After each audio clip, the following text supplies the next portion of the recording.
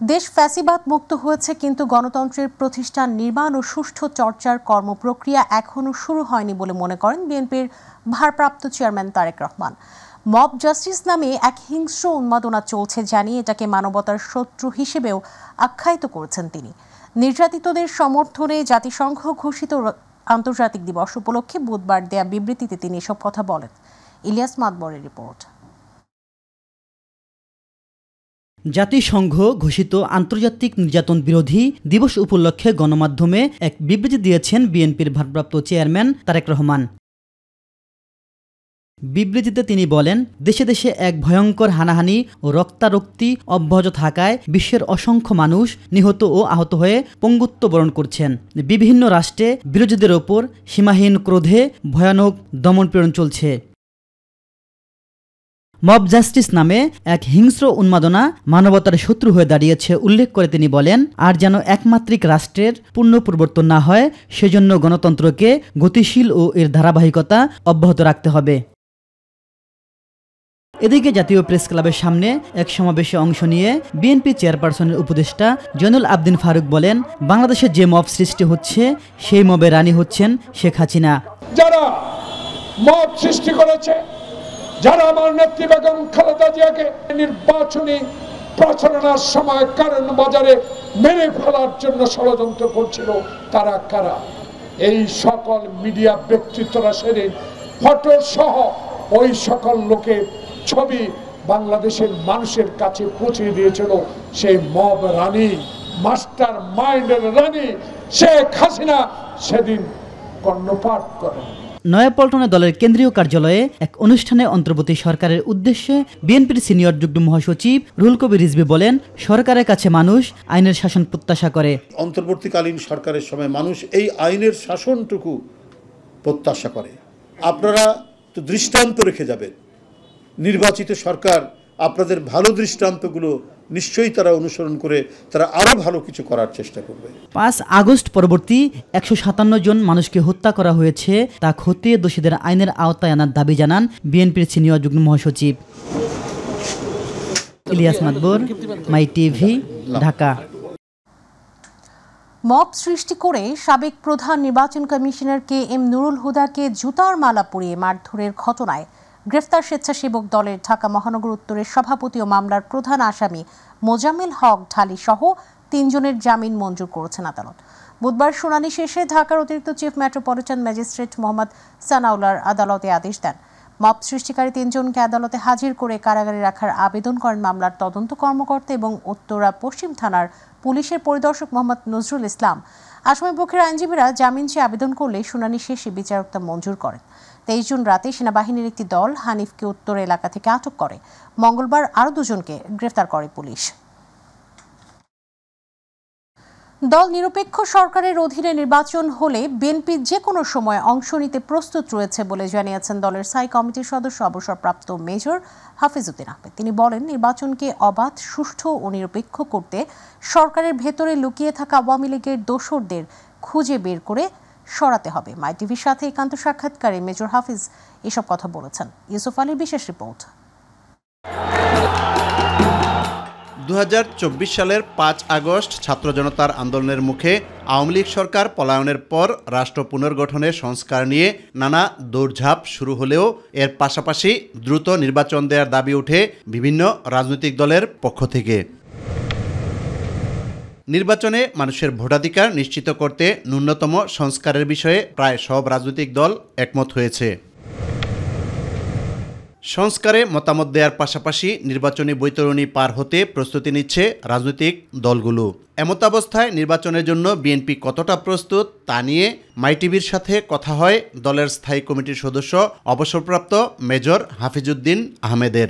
আমরা সবসময় নির্বাচনের প্রস্তুত। বাংলাদেশের মানুষ তো ভোট দিতে চায়, গণতন্ত্র চায়। এই দেশটি স্বাধীন হয়েছে গণতন্ত্র প্রতিষ্ঠার জন্য 1971 সালে। আমরাই অনেক ত্যাগ তিতিক্ষার বিনিময়ে দেশটিকে স্বাধীন করেছিলাম। আজকে গণতন্ত্রকে তারা ঝেঁটিয়ে বিদায় করেছে বাংলাদেশ থেকে। আওয়ামী লীগ তো ক্ষমতা থাকার জন্য এহেন কর্মকাণ্ড নাই যে তারা না করেছে, এবং বিরোধী দলগুলোকে মামলা মোকদ্দমা দিয়ে জেলখানার মধ্যে পুরে রেখে বিরোধী দল ছাড়াই তারা নির্বাচন করেছে। সাধারণ ভোটাররা ঘর থেকে বেরোতে পারেনি, দিনের ভোট রাতে করেছে, এবং তারা বিভিন্ন বাহিনী দিয়ে রাতেই ব্যালট বাক্স ভর্তি করেছে, অবৈধভাবে ভোট প্রদান করে। এইভাবে তাদের এই অত্যাচার নির্যাতনের ফলে জনগণের মধ্যে ক্ষোভ জমেছে, তাদের রুদ্ররশ্মি এদের পতন হয়েছে। তিনি বলেন, আওয়ামী লীগ আমলে ভোটাধিকার হরণকারী প্রশাসনের কর্মকর্তাদের দায়িত্ব থেকে সরাতে হবে। এখন নির্বাচনে বাধা রয়েছে যে পুলিশ বাহিনী এবং অ্যাডমিনিস্ট্রেশনে পতিত স্বৈরাচারের দোসররা রয়ে গেছে। এটাকে ক্লিন করে এবং নিরপেক্ষতা আনতে হবে। নিরপেক্ষ ব্যক্তিদেরকে নিয়ে প্রশাসন এবং পুলিশ বাহিনী গঠিত হতে হবে, তাহলেই নির্বাচন কমিশন একটা সুষ্ঠু নির্বাচন দিতে পারবে। এই ব্যাপারে অন্তর্বর্তী সরকার প্রয়োজনীয় ব্যবস্থা নেবে বলে আমরা আশা করি। ফ্যাসিবাদের পতন থেকে প্রত্যেকটি রাজনৈতিক দলের শিক্ষা নিয়ে আগামীতে দেশ পরিচালনা করা উচিত বলে মনে করেন বিএনপির এই সিনিয়র নেতা। যাদেরকে জনগণ নির্বাচিত করবে তারা যেন মনে করে যে 5 বছরের জন্য তারা এই দেশটাকে তাদের পকেটে পুরে দেওয়ার জন্য পায়নি, এবং জনকল্যাণই হওয়া উচিত প্রত্যেক রাজনৈতিক দলের মুখ্য আদর্শ, এবং জনগণ দেখবে যে গণতন্ত্র যেন কোনোভাবেই ব্যাহত না হয়। এই ব্যাপারে বিএনপি অত্যন্ত সচেতন রয়েছে। ইউসুফ আলী, মাইটিভি, ঢাকা। শহীদদের আকাঙ্ক্ষার দুর্নীতিমুক্ত, বৈষম্যহীন, মানবিক নিরাপত্তার বাংলাদেশ গঠনে জামাত প্রতিশ্রুতিবদ্ধ বলে মন্তব্য করেছেন বাংলাদেশ জামাত ইসলামীর আমির ডক্টর শফিকুর রহমান। বিকেলে রাজধানীর কাফরুল থানা কর্তৃক আয়োজিত এক পথসভায় প্রধান অতিথির বক্তব্যে তিনি আরও বলেন, ইসলামী দলের জনপ্রতিনিধিরা দেশের শাসক নয় বরং সেবক হবেন। এ সময় দলের সিনিয়র নেতারাও বক্তব্য রাখেন। এবং আমরা বিশ্বাস করি সমাজে যদি এই ধরনের দরদ ভালোবাসার ভিত্তিতে একটা সমাজ গড়ে ওঠে, তাহলে সেই সমাজটাই কল্যাণ রাষ্ট্র, যেখানে প্রত্যেকটা মানুষের কাছ থেকে সম্মান পাবে, ভালোবাসা পাবে, রাষ্ট্রের কাছ থেকে অসম্মান পাবে, ভালোবাসা পাবে। মানুষ বসবাস করবে তার নিরাপত্তা নিয়ে এবং তার মর্যাদা নিয়ে, এই দুইটা জিনিস সে ভোগ করবে। আবাল বৃদ্ধ বনিতা যারাই আছে সকলে যার যার জায়গায় খুশি থাকবে, এমন একটা রাষ্ট্র আমরা গড়ে তুলতে চাই।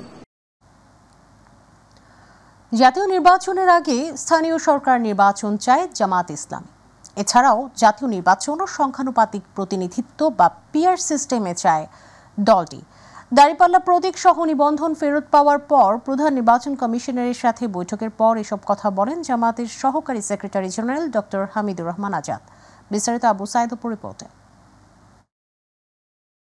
রাজনৈতিক দল হিসেবে নিজেদের নিবন্ধন ও দলীয় প্রতীক দাঁড়িপাল্লা ফিরে পেয়েছে জামায়াত ইসলামী। মঙ্গলবার নির্বাচন কমিশন সচিবালয় এ সংক্রান্ত প্রজ্ঞাপন জারি করে। সকালে রাজধানীর আগারগাঁয়ে নির্বাচন কমিশন সচিবালয়ে জামাতের সহকারী সেক্রেটারি জেনারেল হামিদুর রহমানের নেতৃত্বে 3 সদস্যের প্রতিনিধি দলের সঙ্গে বৈঠকে বসেন সিইসি এএমএম নাসির উদ্দিন। বৈঠক শেষে সাংবাদিকদের সঙ্গে কথা বলেন জামাতের সহকারী সেক্রেটারি জেনারেল হামিদুর রহমান। তিনি বলেন, স্থানীয় সরকার নির্বাচনের পক্ষে জামাত। তত্ত্বাবধায়ক সরকার, কেয়ারটেকার সরকার, অন্তর্বর্তীকালীন সরকার, যেই ফর্মেই সরকার থাকুক না কেন, নির্বাচনের আগে একটি সরকার আছে এবং থাকবে। সেই সরকারটার অধীনে যদি লোকাল গভর্নমেন্ট ইলেকশন হয়, তাহলে এটা অনেক বেশি ফেয়ার এবং গ্রহণযোগ্য হবে, এবং সেখানে জনগণের সঠিক প্রতিনিধিত্বটা আসবে। লোকাল গভর্নমেন্ট যদি ইলেকশন যদি দলীয় সরকারের অধীনে হয়, তখন যে ঘটনাটা আমরা অতীতে অবলোকন করেছি, গভর্নমেন্ট টোটাল ইনস্টলমেন্টকে কাজে লাগিয়ে ভোটকে, ইলেকশনকে প্রভাবিত করে দলীয় প্রার্থীকে জিতিয়ে আনে। নির্বিঘ্নে ভোটাররা যেন ভোট দিতে পারে সেজন্য লেভেল প্লেইং ফিল্ড তৈরি, কালো টাকার প্রভাবমুক্ত করা, মনোনয়ন বাণিজ্য বন্ধ এবং প্রবাসীদের ভোট নিশ্চিত করতে সিইসির কাছে দাবি জানিয়েছেন জামাত। লেভেল প্লেইং ফিল্ড যেটা বলে, এটা যদি নিশ্চিত করা না যায়, তাহলে সেখানে নির্বাচন সুষ্ঠু, নিরপেক্ষ, গ্রহণযোগ্য হতে পারে না। অতীতের নির্বাচনগুলো তার প্রমাণ। এই জন্য আমরা বলেছি, পিআর পদ্ধতির মধ্য দিয়ে কালো টাকার দৌরাত্ম্য রহিত হবে, সন্ত্রাসী কার্যক্রম বন্ধ হবে, ম্যাক্সিমাম ভোটারদের ভোটের প্রতিফলন ঘটবে। কারণ এখানে দলীয় নমিনেশন যে বাণিজ্য হয়, এটাও বন্ধ হওয়ার যথেষ্ট সুযোগ আছে। এরপর নির্বাচনী আসন 1986 থেকে 2001 সাল পর্যন্ত যেভাবে ছিল তার পুনর্বহালের দাবি জানিয়ে প্রধান নির্বাচন কমিশনের সাথে বৈঠক করেছে বেশ কয়েকটি আসনের সম্ভাব্য প্রার্থীরা। আবু সাদপু, মাইটিভি, ঢাকা। সাবেক প্রধান নির্বাচন কমিশনার কাজী হাবিবুল আওয়ালকে গ্রেফতার করা হয়েছে। রাজধানীর মগবাজার এলাকা থেকে তাকে গ্রেফতার করা হয়েছে বলে জানিয়েছেন ডিএমপি। আওয়ামী লীগের দলীয় ও একই দলের স্বতন্ত্র প্রার্থীদের মধ্যে 2024 সালের নির্বাচনের সময় কাজী হাবিবুল আউয়াল কমিশন ছিলেন প্রধান নির্বাচন কমিশনার। ওই কমিশনের বেশিরভাগ কার্যক্রম নিয়ে চরম বিতর্ক তৈরি হয়েছিল। ওই নির্বাচনে ভোটের হার নিয়ে বিতর্ক তৈরি হয়। ভোটের দিন বেলা 3টা পর্যন্ত 27.15% ভোট পড়ে বলে জানানো হলেও 1 ঘন্টার ব্যবধানে ভোটের হার 40% বলে উল্লেখ করা হয়, যে কারণে তার বিরুদ্ধে মামলা করে বিএনপি। পিলখানা হত্যাকাণ্ডে তৎকালীন রাজনৈতিক নেতৃবৃন্দের সংশ্লিষ্টতা পাওয়া গেছে বলে জানিয়েছে বিডিআর বিদ্রোহে হত্যাকাণ্ড সম্পর্কিত জাতীয় স্বাধীন তদন্ত কমিশন। সকালে এক সংবাদ সম্মেলনে এমনটা জানায় কমিশন। সংবাদ সম্মেলনে কমিশনের সভাপতি অবসরপ্রাপ্ত মেজর জেনারেল আলম ফজলুর রহমান বলেন, পিলখানা হত্যাকাণ্ডে তৎকালীন তদন্ত কমিটি চরম অবহেলা করেছে। সময় মতো সামরিক ব্যবস্থা নেওয়া হলে হত্যাকাণ্ড কমানো যেত। সাইদুর রহমান আবিরের রিপোর্ট। পিলখানা সংগঠিত নারকীয় হত্যাকাণ্ড তদন্তে গঠিত জাতীয় স্বাধীন তদন্ত কমিশনের ৩য় সংবাদ সম্মেলন। এতে বক্তব্য রাখেন কমিশন প্রধান সাবেক বিডিআর মহাপরিচালক অবসরপ্রাপ্ত মেজর জেনারেল ফজলুর রহমান। শহীদ পরিবারের সদস্যের সাথে মত বিনিময় এবং সাক্ষ্য গ্রহণ, 6 জনের বিস্তারিত জবানবন্দি নেওয়া হয়েছে। সকল শহীদ পরিবারের সদস্যদের নিয়ে 2টি সম্মেলন করা হয়েছে। বেঁচে ফিরে আসা অফিসারদের জবানবন্দি, 15 জনের সাক্ষাৎকার গ্রহণ করা হয়েছে। কারাগারে দণ্ডপ্রাপ্ত 25 জন বিডিআর সদস্যের সাক্ষাৎকার নেওয়া হয়েছে। তারা ঘটনার বর্ণনা দিয়েছেন এবং ঘটনার সাথে কারা জড়িত সে সম্পর্কে নানা ধরনের তথ্য দিয়েছে। প্রাপ্ত তথ্য উপাত্ত থেকে তৎকালীন রাজনৈতিক নেতৃবৃন্দের নানা মাত্রায় সংশ্লিষ্টতার যথেষ্ট তথ্য প্রমাণ পাওয়া গেছে। ইতিমধ্যেই এই ঘটনায় রাজনৈতিক সংশ্লিষ্টতার ইঙ্গিত মিলেছে। বিদেশে অবস্থানরত আওয়ামী লীগের 2 নেতা মির্জা আজম ও জাহাঙ্গীর কবির নানক তারা ইমেইলের মাধ্যমে কমিশনের কাছে তাদের বক্তব্য পাঠিয়েছেন। 2 জন পালিয়ে থাকা যে রাজনীতিবিদ, একজন হলেন মির্জা আজম আর একজন হলো নানক, এই 2 জন তাদের লিখিত বক্তব্য আমাদেরকে দিয়েছেন, সেটা আমরা পর্যালোচনা করেছি। বাকিগুলো আমরা এম্বাসিতে যদি যেতে পারি তাহলে আবার সেই যেখানে তারা আছে সেই এম্বাসির কর্মকর্তাদেরকে অনুরোধ জানাবো, তাদেরকে হয় লিখিত বক্তব্য তাদের আমাদের কাছে উপস্থাপন করুক, কিংবা তাদেরকে অনলাইন করলে আমরা তাদের সঙ্গে কথা বলব। এটা প্রক্রিয়াধীন আছে। এ বিষয়ে কমিশন যাচাই বাছাই করছে এবং যেসব ব্যক্তি বর্তমানে দেশের বাইরে অবস্থান করছেন তাদের সঙ্গে যোগাযোগে সংশ্লিষ্ট দেশের এম্বাসির সহায়তা নেওয়া হচ্ছে বলেও জানানো হয় সংবাদ সম্মেলনে। অনেক ধন্যবাদ। সাইদুর রহমান আবির, মাই টিভি, ঢাকা। বিতর্ক ওঠায় সাবেক প্রধানমন্ত্রী শেখ হাসিনার পক্ষে রাষ্ট্রনিযুক্ত আইনজীবী আমিনুল গনি টিটুকে সরিয়ে দিয়েছেন আন্তর্জাতিক অপরাধ ট্রাইব্যুনাল। আদালত অবমাননার মামলায় শেখ হাসিনার পক্ষে ট্রাইব্যুনালে উপস্থিত হন তিনি। পরে টিটুকে নিয়ে বিতর্ক দেখা দেয় আদালত স্টেট ডিফেন্স থেকে সরিয়ে দেন তাকে। নতুন স্টেট ডিফেন্স হিসেবে আমির হোসেনকে নিয়োগ দেওয়া হয়েছে। ট্রাইব্যুনালের চেয়ারম্যান বিচারপতি মোহাম্মদ গোলাম মর্তুজা মজুমদারের নেতৃত্বাধীন 3 সদস্যের বেঞ্চ এই সিদ্ধান্ত নেন। এদিকে শেখ হাসিনা সহ 2 জনের বিরুদ্ধে আদালত অবমাননার মামলার শুনানির দিন ধার্য রয়েছে আজ। বিচারপতি মোহাম্মদ গোলাম মর্তুজা মজুমদারের নেতৃত্বাধীন 3 সদস্যের বেঞ্চে শুনানি হবে।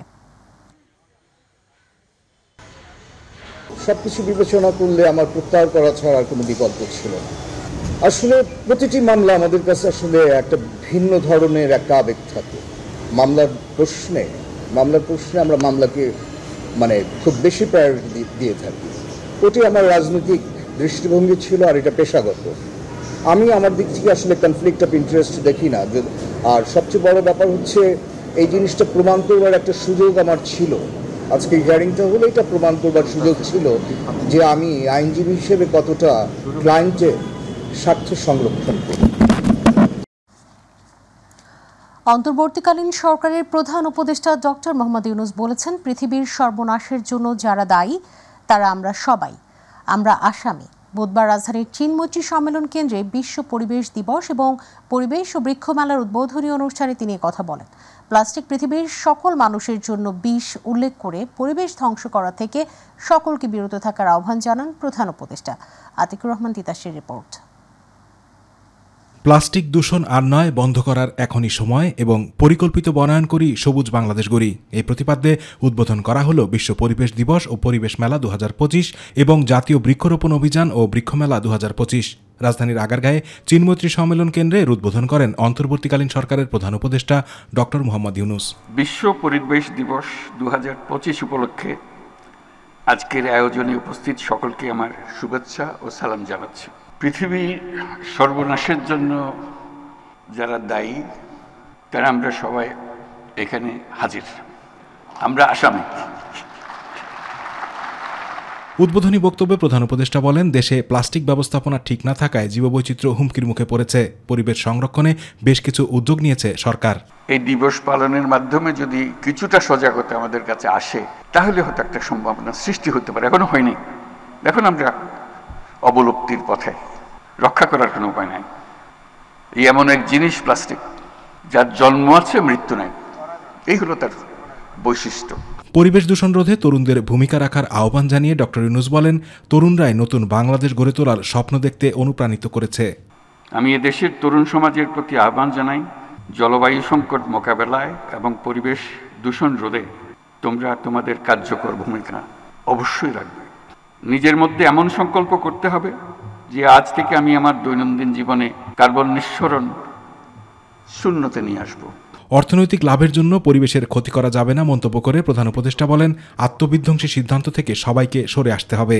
নদী ধ্বংস করে, বন জঙ্গল উজাড় করে, জীববৈচিত্র্য ধ্বংস করে যা হয় সেটা অন্য যাই কিছু হোক, অবশ্যই এটা উন্নয়ন নয়। এ সময় গাছ লাগানোর পাশাপাশি গাছ কাটা বন্ধ করার আহ্বান জানান ডক্টর ইউনূস। একই সাথে সারা দেশে বৃক্ষরোপণ কর্মসূচি সুন্দরভাবে বাস্তবায়ন করার প্রত্যাশাও ব্যক্ত করেন তিনি। আমি আশা করি বন বিভাগ জেলা প্রশাসকদের সাথে সমন্বয় করে উৎসব মুখরভাবে মেলা ও গাছ লাগানোর কর্মসূচি আয়োজন করবে। অনুষ্ঠানে পরিবেশ সুরক্ষা এবং বন্যপ্রাণী সংরক্ষণে অসামান্য অবদানের স্বীকৃতিস্বরূপ জাতীয় পরিবেশ পুরস্কার, জাতীয় বন্যপ্রাণী সংরক্ষণ পুরস্কার এবং জাতীয় বৃক্ষরোপণ পুরস্কার বিতরণ করা হয়। আতিকুর রহমান তিতাস, মাই টিভি। শর্ত সাপেক্ষে প্রধানমন্ত্রীর মেয়াদ সর্বোচ্চ 10 বছরে রাজি বিএনপি। সেক্ষেত্রে সাংবিধানিক প্রতিষ্ঠানের নিয়োগ সংক্রান্ত কোনো কমিটি চায় না দলটি। তবে বিএনপির এই শর্ত অধিকাংশ রাজনৈতিক দল মানবে না বলে মনে করে জামাত, গণ অধিকার পরিষদ, এনসিপি সহ বিভিন্ন দল। এদিকে জাতীয় ঐক্যমত্য কমিশনের সংলাপে রাষ্ট্র পরিচালনার মূল নীতির বিষয়ে ঐক্যমত্যে পৌঁছাতে পারেনি রাজনৈতিক দলগুলো। দর্শক, এই সংক্রান্ত প্রক্রিয়াধীন রিপোর্টটি আমাদের হাতে এসে পৌঁছেছে। এসএম আরিফের বিস্তারিত রিপোর্টটি দেখব। দ্বিতীয় দফায় রাজধানীর ফরেন সার্ভিস একাডেমিতে ষষ্ঠ দিনের মতো সংলাপে বসে জাতীয় ঐক্যমত্য কমিশন ও রাজনৈতিক দলগুলো।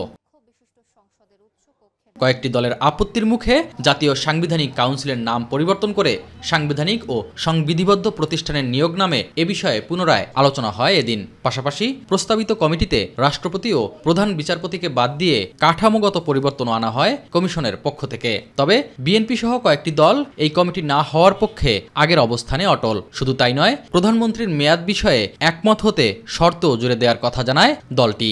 প্রধানমন্ত্রীর মেয়াদ লাইফ টাইমে একজন ব্যক্তি জীবদ্দশায় 10 বছরের বেশি বহাল থাকবেন না বা 10 বছরের বেশি কোনো ব্যক্তি প্রধানমন্ত্রী থাকতে পারবেন না, এই বিষয়ে আমরা একমত। তবে এই জাতীয় সংস্থাগুলো, এনসিসি বা সাংবিধানিক নিয়োগ কমিটি, এই জাতীয় সংস্থাগুলো যদি দিয়ে নির্বাহী বিভাগের সমস্ত কর্মকাণ্ডকে সমস্ত জায়গায় ইন্টারফেয়ার করার যেখানে সম্ভাবনা থাকে এগুলো করা হয়, তাহলে আমরা সেই প্রস্তাবটা গ্রহণ করতে পারবো না।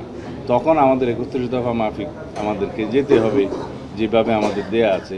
বিএনপির এই শর্ত অধিকাংশ রাজনৈতিক দল মানবে না বলে মনে করে জামাত, এনসিপি সহ বিভিন্ন দল। আমরা উল্টা প্রস্তাব দিয়েছিলাম যে আপনারা আমাদের কমিটির এই প্রস্তাবটাকে সমর্থন দেন, যেহেতু অধিকাংশ দল এটা সাপোর্ট করেছে, প্রয়োজনে আমরা প্রধানমন্ত্রীর মেয়াদের বিষয়ে আমরা বিবেচনা করব। কিন্তু দেখা গেল সেটাতে ওনারা আসেন নাই। আমরা মনে করি এইখানে বেশিরভাগ রাজনৈতিক দল এইটাতে আসলে একমত হবে না, কারণ প্রধানমন্ত্রীর মেয়াদ সেটা একটা ভিন্ন বিষয়। এ ব্যাপারে হাউজের অধিকাংশ দলই একমত পোষণ করেননি এবং আমরা সহ সবাই আগের যে মত ছিলেন সেই মতই তারা আছেন। আমাদের আহ্বান থাকবে জনগণের মতামতের সঙ্গে সঙ্গতি রেখে, জনগণের চাওয়াকে শ্রদ্ধায় রেখে এবং বাংলাদেশে ভবিষ্যতে যেন রাষ্ট্র কাঠামো, রাষ্ট্রের ক্ষমতা এক ব্যক্তির কাছে সীমাবদ্ধ না থাকে, এই বিষয়টাকে নিশ্চিত করতে, গণতান্ত্রিক পরিবেশকে নিশ্চিত করতে বিএনপি এবং সমমনা দল যেগুলো আছে তারা যেন এনসিসির বিষয়ে, অর্থাৎ সাংবিধানিক এবং সংবিধিবদ্ধ প্রতিষ্ঠানগুলোতে নিয়োগ কমিটির বিষয়ে তারা যেন ইতিবাচক সিদ্ধান্ত গ্রহণ করেন। এদিন রাষ্ট্র পরিচালনার মূলনীতি সংস্কার নিয়েও আলোচনা হয় বৈঠকে।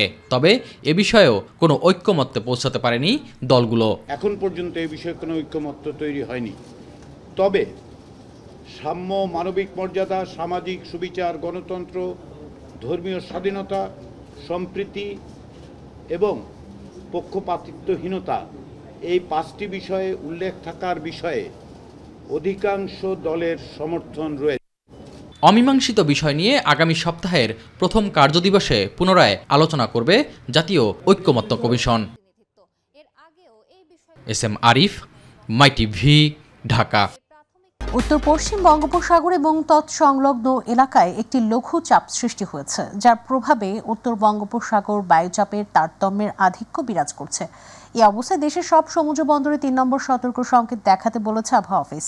বুধবার আবহাওয়াবিদ শাহনাজ সুলতানের সই করা আবহাওয়া সতর্ক বার্তায় এসব তথ্য জানানো হয়েছে। এতে আরও বলা হয়, উত্তর বঙ্গোপসাগর, বাংলাদেশের উপকূলীয় এলাকা এবং সমুদ্র বন্দরসমূহের উপর দিয়ে দমকা ও ঝোড়ো হাওয়া বয়ে যেতে পারে। চট্টগ্রাম, কক্সবাজার, মোংলা ও পায়রা সমুদ্র বন্দরসমূহকে 3 নম্বর স্থানীয় সতর্ক সংকেত দেখাতে বলা হয়েছে। উত্তর বঙ্গোপসাগরে অবস্থানরত মাছ ধরার নৌকা ও ট্রলার সমূহকে পরবর্তী নির্দেশ না দেওয়া পর্যন্ত উপকূলের কাছাকাছি এসে সাবধানে চলাচল করতে বলা হয়েছে। লঘুচাপের প্রভাবে গত কয়েকদিনের চেয়ে সারা দেশে বৃষ্টিপাত বাড়বে।